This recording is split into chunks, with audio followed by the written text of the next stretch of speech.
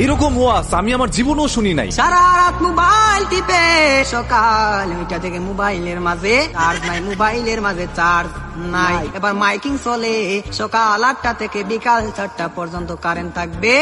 এবার টেনশন আছে না নাই, সারাদিন কারেন্ট থাকবে না।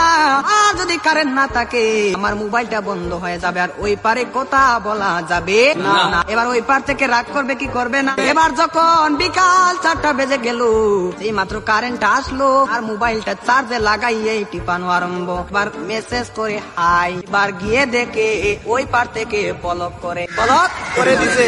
এবার ছেলেটা তো টেনশনে আছে, আরে ব্লক করে দিল, আমার দিনে তো ভালোবাসা কোথায় গেল।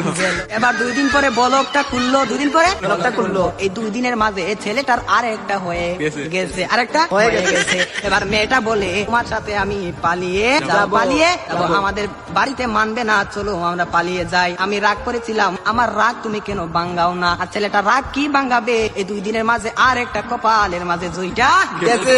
ওই মেয়েটা বলে চলো আমরা পালিয়ে যাই, ছেলে বলে চলো। এবার ছেলেটা মনে মনে ভাবে তোমার একটা শিক্ষা দিতে হবে। এবার মেয়েটা সকালে স্টেশনের মাঝে গাড়ি গুটি লইয়া রেডি। এবার ছেলেটা তো আসে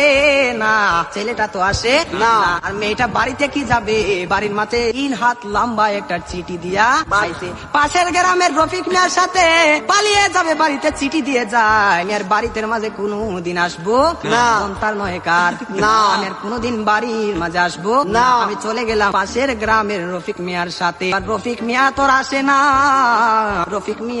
আর আসে না, এবার 1 ঘন্টা চলে যায়, 2 ঘন্টা চলে যায়, ছেলেটার মোবাইলে বন্ধ। মেয়েটা তো আর বুঝার বাকি হলো না, আমাকে চলে গেল ছাড়িয়ে, আমাকে ফাঁকি দিল, এখন তো মরা ছাড়া কোনো উপায় নেই। পরের দিন সকালে মাইকের মাঝে আওয়াজ শোনা যায়, সকলে পড়ি ইন্না লিল্লাহি ওয়া ইন্না ইলাইহি রাজিউন।